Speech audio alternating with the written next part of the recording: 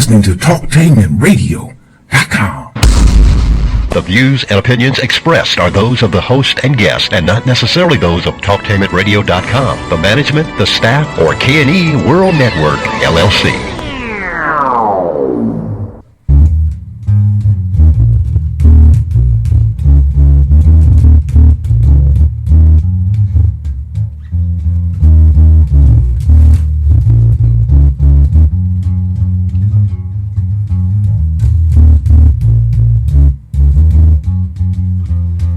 Hello, everybody.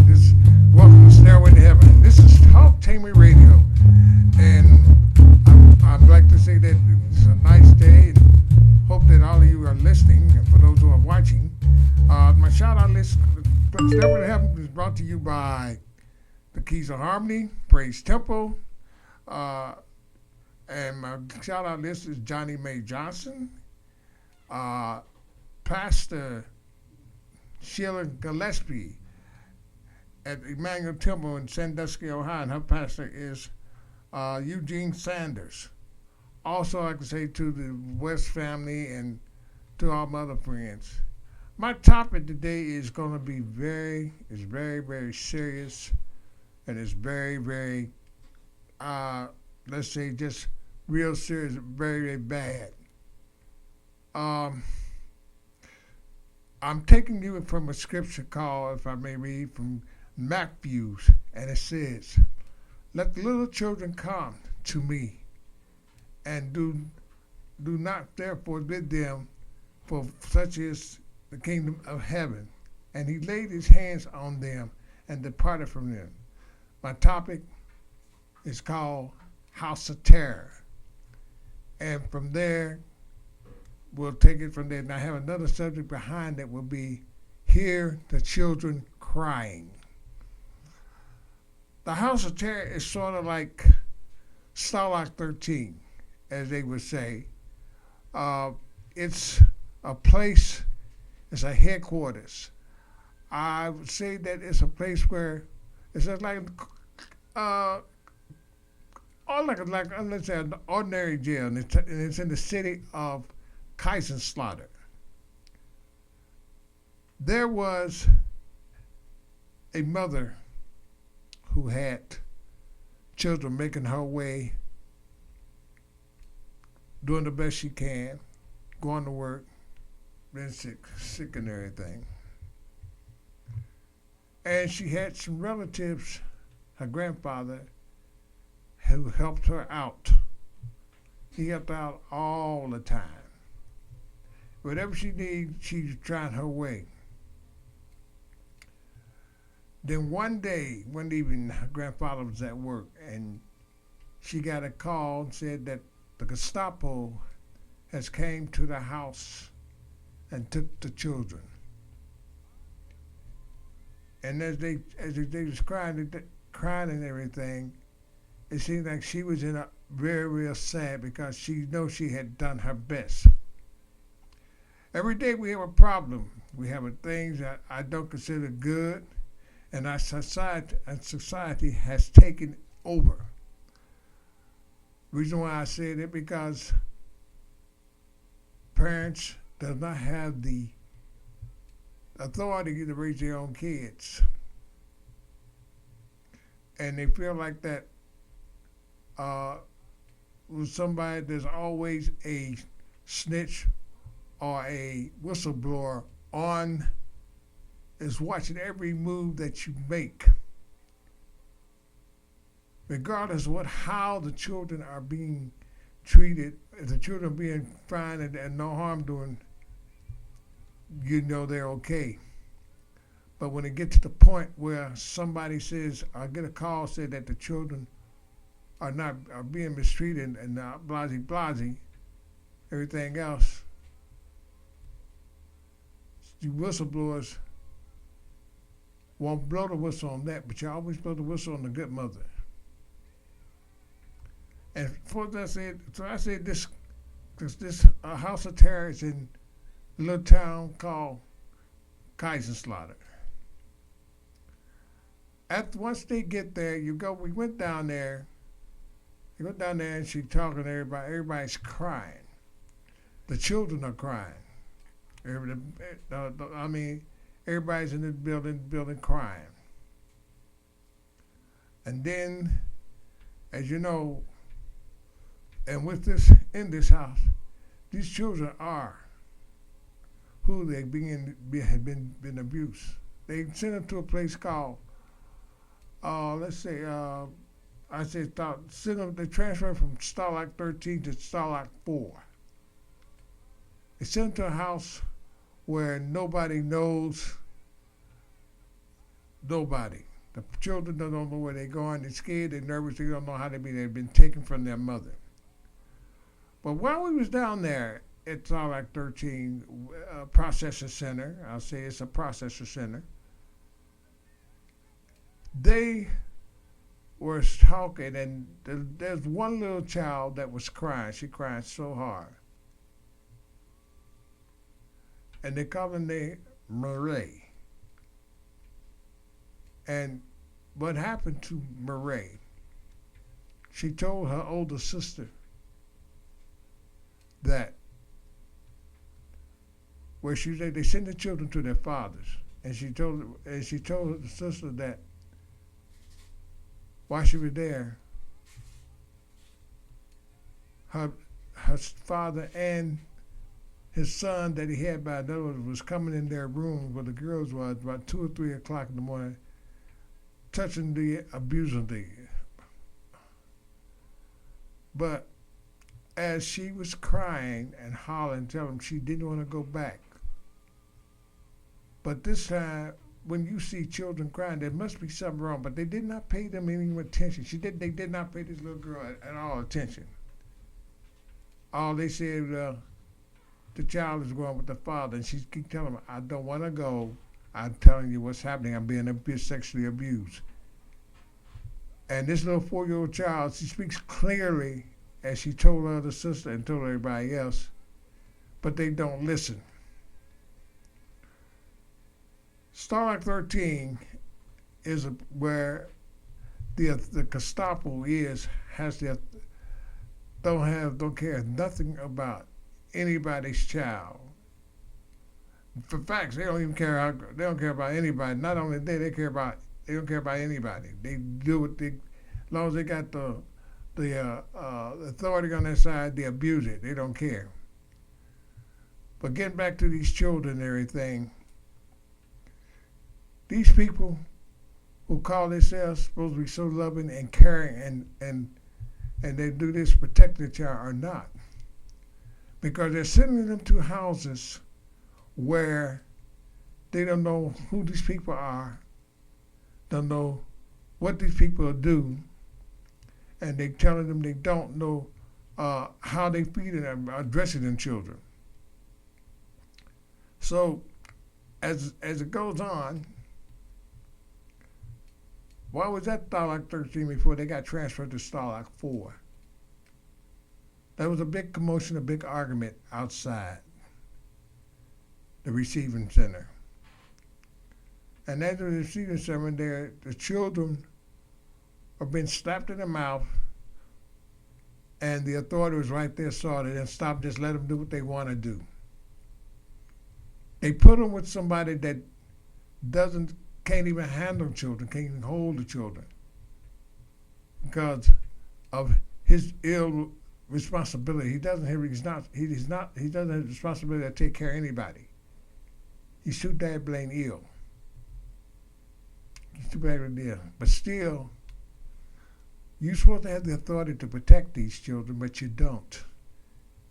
So you send them to your little Starlocks, your little coolers, little rooms and everything. And these people you're not doing it for help, you're doing it for the funds that you get or the compensation that you can get for taking care of them. These children are crying each and every day that something is going on within that house that you sent them to. These children are crying each and every day that everything is not like it's supposed to be.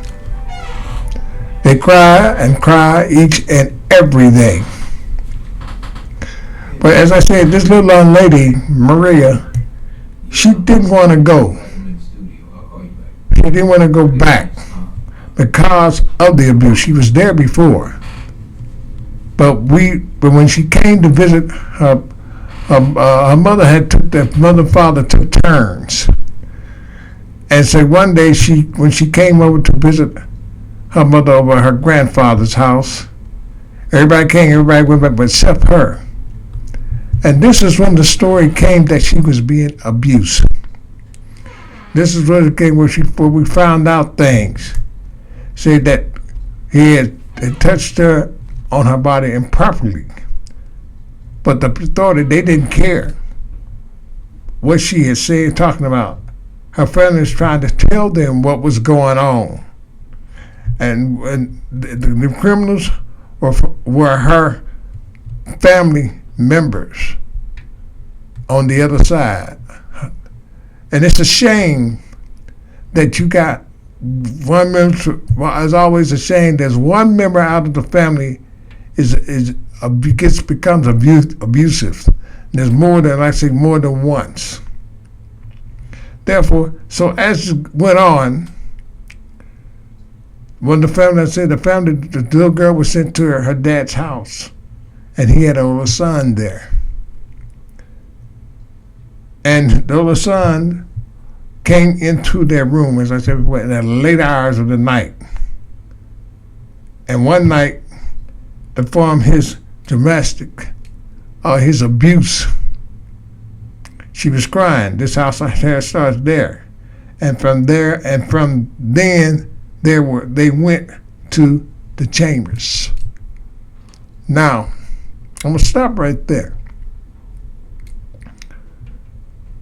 When you are being sentenced, when a child is go to the receiving center at Starlight 13 and being taken away from the parent to a foster care, as I said before, we don't know how those children are being abused. But if they've been there before at a family member's house and found out they're being abused and touched the wrong way, and they keep telling you that that's what's going on, what's the first thing they come out of their mouth? Well, instead of them stopping and investigating and waiting a while, they don't. They keep right on going. Keep right on going. Send right on anyway. And then the child is scared, nervous, and there's sadness. But then when these children are gone, it's like when the mother is crying, you hear her crying 3 or 4 days a night about her children, screaming and hollering. And you have to try to comfort them or cry them down, say, well, hey, you'll get them back. And I know how you feel. And then all sorts of things come between that comes up. As I always say, a mind is nothing but a garden which you put in, it grows. And it grows. Good things, bad things, whatever it is you put in your mind, it's going to grow. And from getting back from what I seen at the receiving center at Starlight 13, as I saw this person and I looked this person say, this guy cannot handle them. He is too ill and too ill and can't even talk what he's going to try to do. But in other words, he sends for his family, his sisters, and they abuse the children any way they want to. You could tell they've been abused, or the children will tell you what's going on. But you people in this have the authority to do what you want to do, or take these children from their parents. Y'all see it, and you don't want to do nothing about it. Well, they going way about it. No, it don't work. It works that way in your field, but it don't work the way in my field. Because you're wrong. You're just like human trafficking in the wrong way. There's 2 ways in human trafficking. When you take a child and put her in a stranger's house, and they tell you what's going on in that house, and you put it in, and you take it as a thing like, oh well, they still going, don't care, Or you're gonna say, you can say it, but don't let them come around their mother. Why?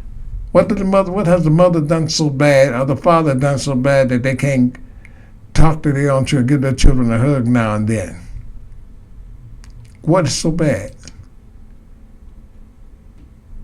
You know why? You know why you do things. Tell you why you do that thing, because you're getting accomplished, getting paid for it. I'm gonna put it just like that.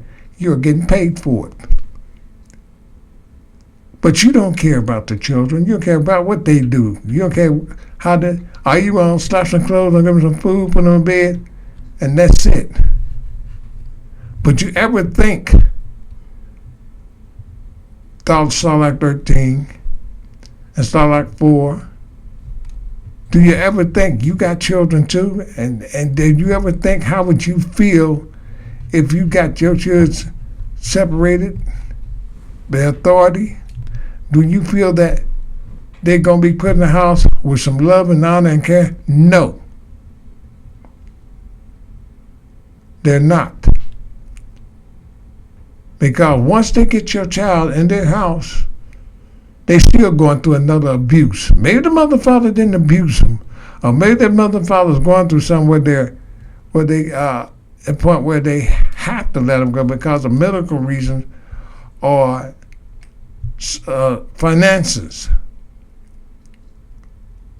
But you just don't understand, and you don't care.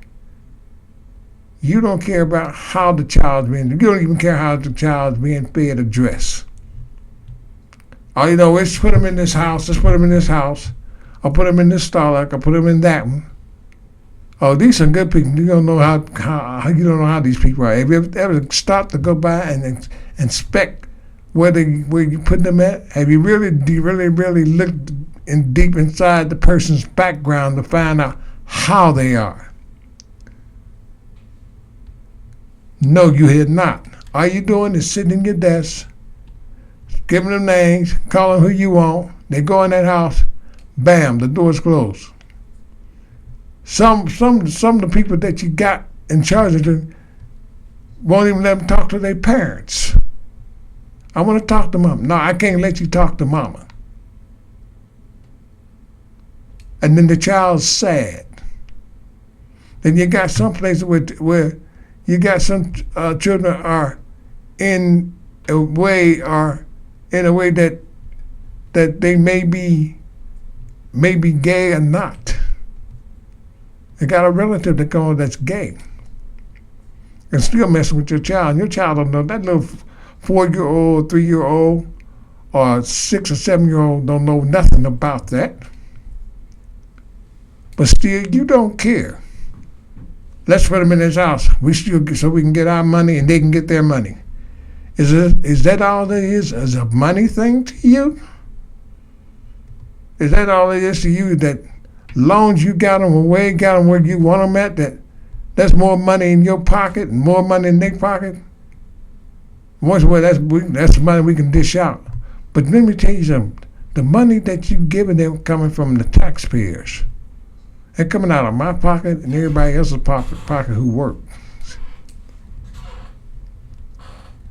And I'm saying this because you don't care. You don't give a doggone about them.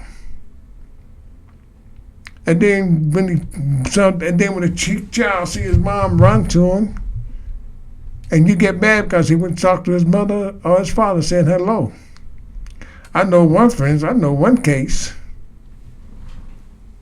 A child saw her mom and spoke to her, and the child and her brother was in the same house. But when the child saw her mom, she took the girl to her car and locked the door so she wouldn't get out. Like it was a jail, like a prison, like the child really did something bad because she spoke to her mom. And probably did her dad too. Then I also know there's times a child has been to a foster home and there's just a woman taking care of the children, but got a male companion down. He's yelling, screaming at the kids, or hollering at them. That makes him nervous. That child is not happy. That child's not very happy. The authorities, let me get to you guys, you upper hand people. You have the audacity to throw your own rules in there. You have the audacity, if a parent requests something about their child or anything, you say, no, I can't do that. You know doggone well you can. Or you got a parent say, well, can my daughter come in? No, I don't let them do that. They can't come. Well, you're wrong. You can. It's wrong. You're supposed to let that child talk to their parents. But you don't. That's why I said, you don't care nothing about these kids, these children. You don't care nothing about them. And I don't care who they are, white, black, blue, or green. You don't care nothing. Or brown. You don't care nothing about these kids. All you doing is doing it. It's a money thing. It's a political thing. And don't compare, then you advertise this and that on TV about, and to radio about foster parenthood, but you don't check the person out that's applying for it. You don't give them the proper training. You just throw them and say, well, you go in here and bother them there. But do you ever think, go by and check out on that foster child, see what she need?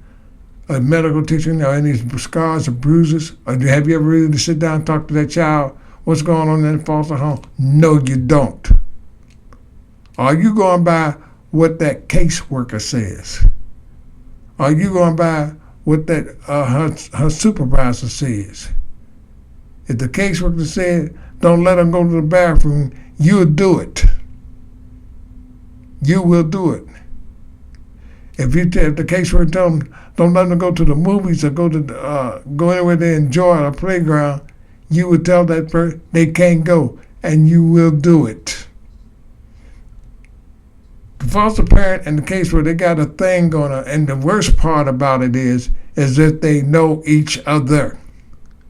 That's the worst part about it, is that they know each other that they know each other.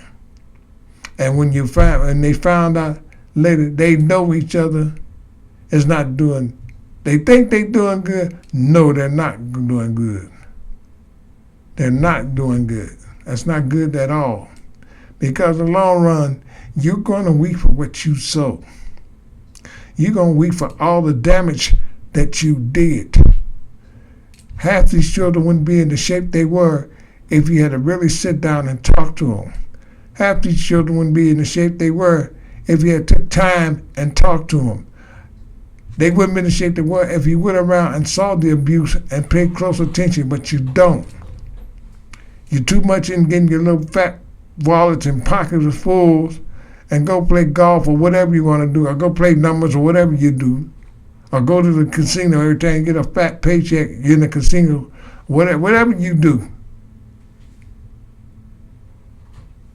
That's what you're doing it for. You're not helping these children. You're destroying their little minds. And when a child sees one of their relatives, they happy as a lark, real happy. I seen one. I went to a graduation of a child getting out of kindergarten. Well, she saw her grandparents, and she's in foster care. She had a big smile to see him. But they wasn't there to see their child graduate from kindergarten. They were somewhere else. I don't know whatever they were. Ain't none of my business. But they could have took time out to be there to see that child graduated. Foster parents and the biological parents need to learn to work together. They need to find out what's through the parent, the biological parent, what the child needs, what type of medicine they on, and the doctor's appointments, everything, but they don't. They go to a doctor and check things out, and that's it. And once they take them to school, got where they're going, they send them right back to a prison. Back in their little prison, their little cooler, as they say. Child want to go to the park? Yeah, you can go and play and see some of their family person. You bet not go over there.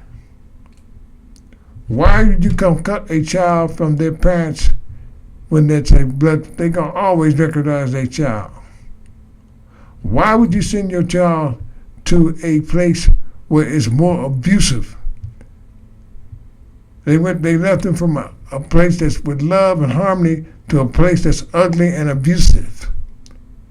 Why would you brainwash their minds? Why? You brainwash their minds because you don't want them to know nothing. Once they get back to their parent, their mother and father, they got hatred in their heart because what you put in their minds. They got hatred in their mind or dislike their parents because what you put in their mind, telling them this and that and the other. But you superiors, oh, y'all don't care. Y'all do not care. And you don't care how, like I said before, you don't care where they are. You don't care how they're being treated. You don't care how they're being dressed. You don't care how they're being fed. You don't even care the child gets sick. They don't know when, them parents ain't gonna tell you when they had took that child to the doctor or hospital until it's too late. And if the child get real sick and everything, oh, you're going to call, well, so-and-so is real sick, we had to rush him to the hospital. Yeah, what was wrong? Well, he got sick. Well, you should find out what's in that house that got him sick. People today do not care about children. Some people I know do not care about children. And especially you start like 13, you don't give a doggone about them kids at all. As I said, all you want is the money that you get put in your little fat wallet and your fat pocketbook. And far as your little officers, like Bohalter and Sergeant Layla, once they get them under their control, they don't care. Because when they don't care, all you do is go back to your little desk job and find out some more papers you can fill and sign out. You don't even want to work with the parents yourself. Instead, you find out what's really going on. Maybe we can sit around and talk about this now. No, you don't want to do that because it hurts your little pocketbook. I ain't going to say little big pocketbook. And Colonel Klink, man or woman, she's sitting up there smiling, giving the authority of what is going on.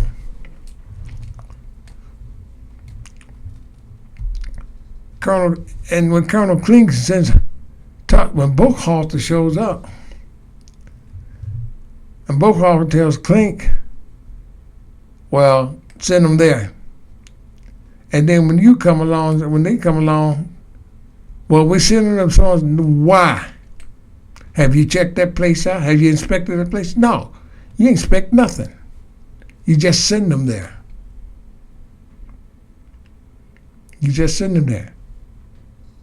Now, let's go to Starlight 4. 2 teenage girls got taken from their parents, from the same parent. And they went with